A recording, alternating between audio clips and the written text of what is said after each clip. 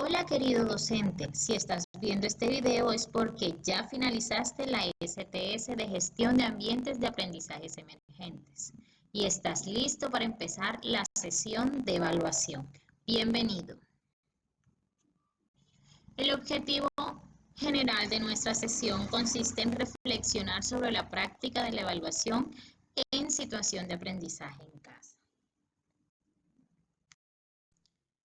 Como objetivos específicos de esta sesión tenemos identificar los propósitos y potencialidades de la evaluación, reconocer los principios y elementos del proceso de evaluación de los aprendizajes propuestos en los materiales del programa Todos Aprender y plantear estrategias que posibiliten a los niños y niñas y sus familias reconocer de manera autónoma logros, retos que tienen por delante y los caminos que pueden seguir para alcanzarlos. Como todos sabemos, en el marco de la emergencia sanitaria, el Ministerio de Educación Nacional ha expedido algunas circulares y algunas directivas, entre ellas la Directiva 05, donde se ofrecen orientaciones para la prestación de servicio educativo en casa. Dentro de esta directiva se encuentran algunos anexos, entre ellos el anexo 1, que es el que observamos, que consiste en el sector educativo al servicio de la vida, juntos para existir, convivir y aprender. Aquí se insiste en la necesidad de priorizar el diseño de estrategias pedagógicas que permitan seguir prestando el servicio educativo en casa, de manera que los niños y las niñas puedan seguir aprendiendo, para lo cual se deben diseñar estas guías y deben cumplir con ciertas características. Dentro de estas características podemos resaltar que sean flexibles, estratégicas, integradoras y contextualizadas, en especial eso, contextualizadas, que los docentes podamos reconocer el contexto de los hogares, los cuales tienen una rutina, y vamos a necesitar más que nunca el apoyo de las familias, los cuales no necesariamente tienen saberes pedagógicos.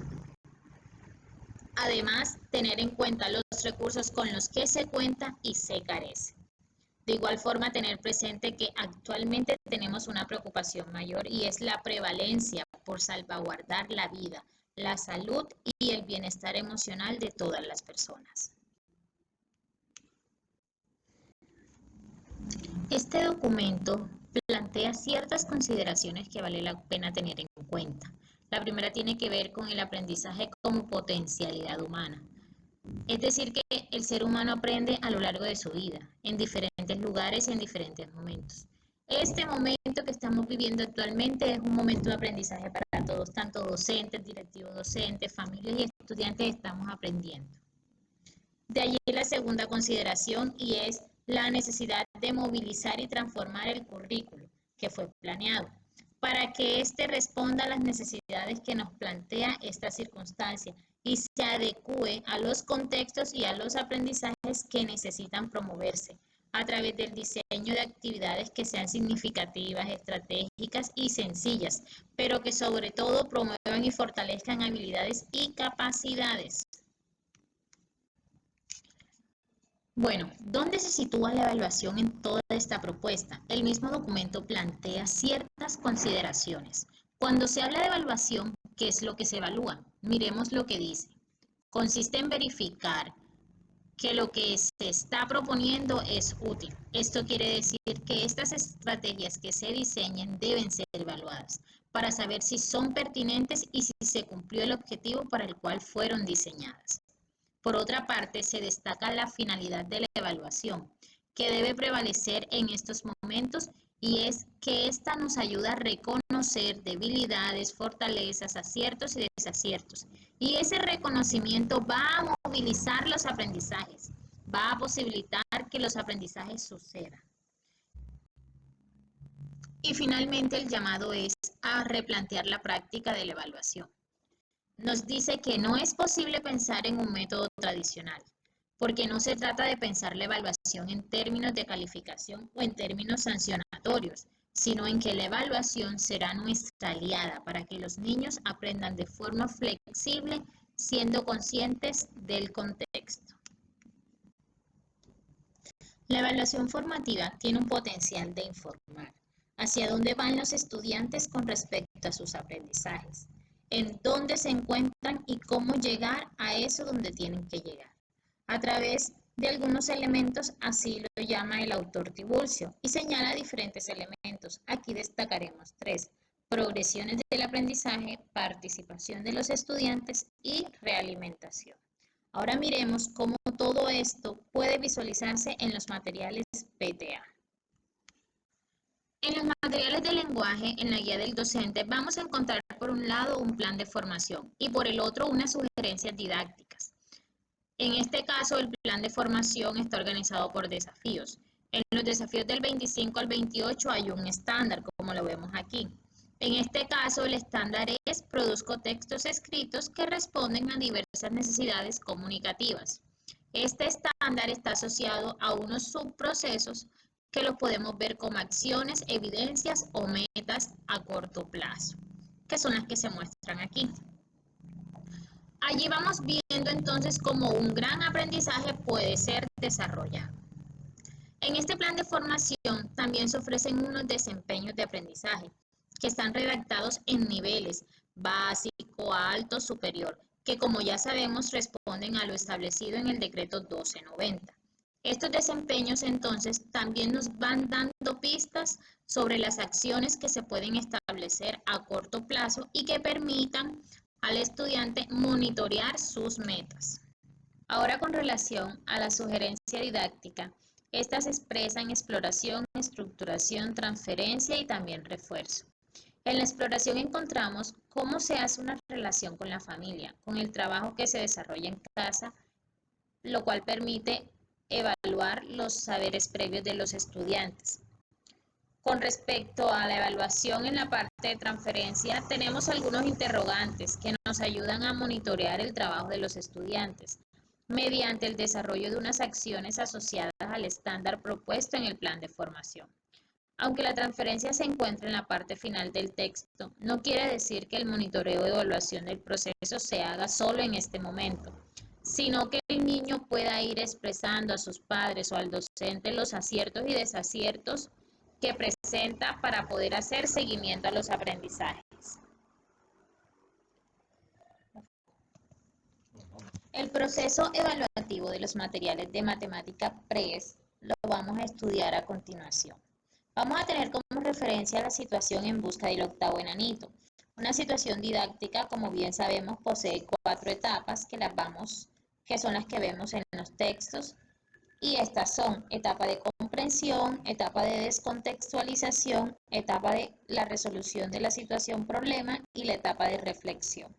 Recordemos que dentro de la etapa de comprensión tenemos unas subetapas que están relacionadas con presentación del contexto, presentación de la situación problema y construcción del esquema.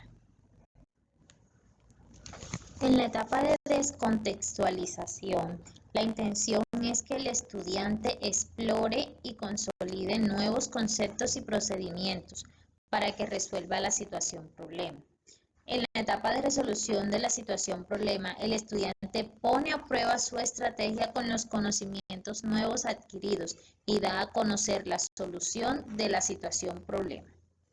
En la etapa de reflexión es cuando el maestro institucionaliza el saber matemático e identifica algunas dificultades presentadas.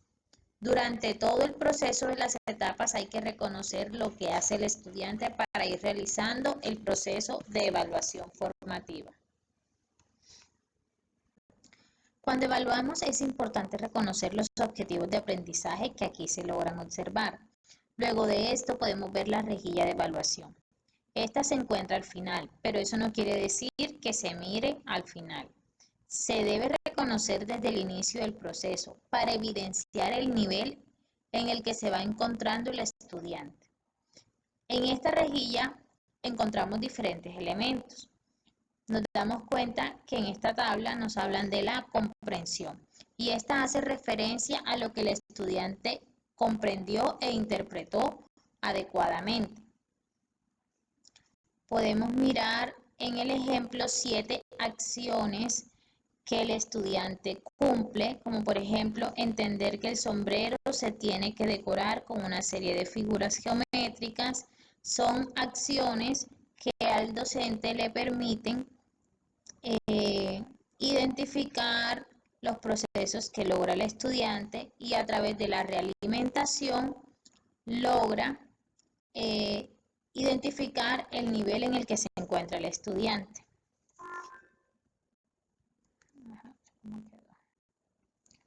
Aquí también observamos unos niveles A, B, C, D y E, los cuales indican el número de acciones que el estudiante realiza.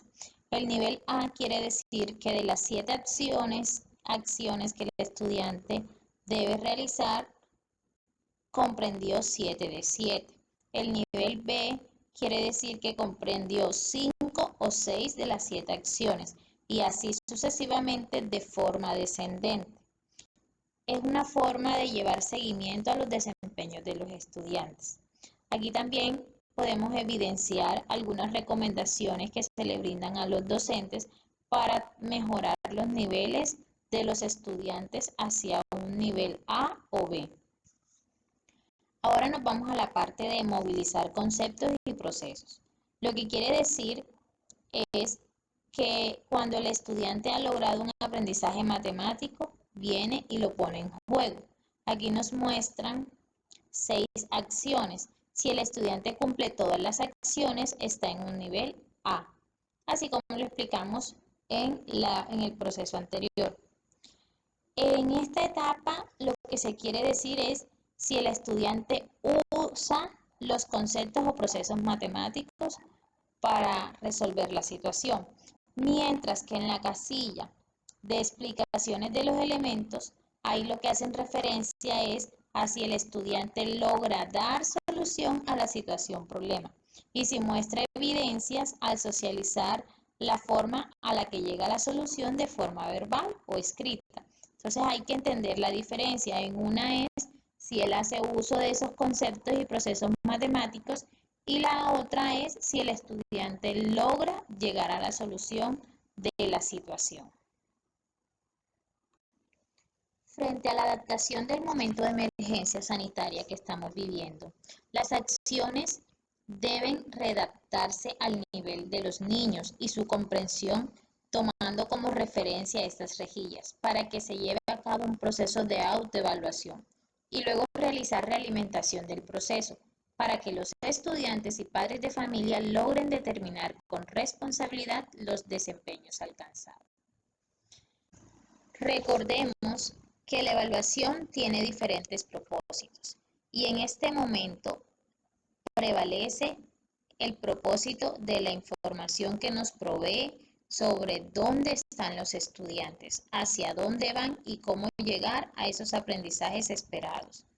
Además, el material del programa Todos Aprender tiene una potencialidad para llegar o para atender a esos propósitos de educación formativa, mediante las progresiones de aprendizajes, ya que los niños pueden monitorear sus aprendizajes a partir de un proceso de autoevaluación y del conocimiento de las metas de aprendizaje trazadas, las cuales deben estar redactadas en un lenguaje sencillo y contando con la realimentación de los docentes y de las familias. Muchas gracias. Para finalizar, es importante tener en cuenta que un número significativo de docentes utiliza estos recursos para la planeación del trabajo académico en casa de los estudiantes. Se recomienda entonces hacer una revisión de estos a la luz de las reflexiones y saberes suscitados en el módulo, en especial considerando 1. El propósito formativo que cumple la evaluación como apoyo al aprendizaje y que por tanto se contempla desde la etapa de planeación. 2. La necesidad de replantear la práctica de evaluación en las circunstancias actuales de aislamiento y consecuente trabajo académico en casa. Y 3. El potencial de las progresiones del aprendizaje para facilitar procesos de autoevaluación y valoración de los aprendizajes de los estudiantes.